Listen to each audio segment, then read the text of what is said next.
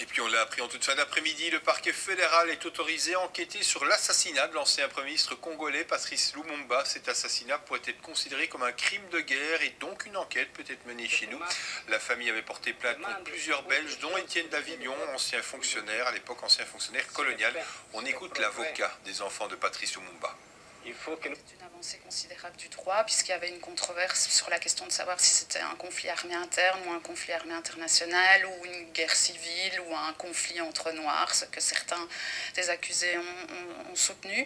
Et donc là, en déclarant que c'était un crime de guerre, ils ne qualifient pas encore la nature internationale ou interne du crime de guerre, mais en qualifiant l'assassinat de crime de guerre, et donc en jugeant de son imprescriptibilité, oui, il s'agit quand même d'une décision importante. Ça nous permettra aussi d'avoir plus de légitimité pour exercer la compétence universelle, qui était quand même une des législations phares de la Belgique.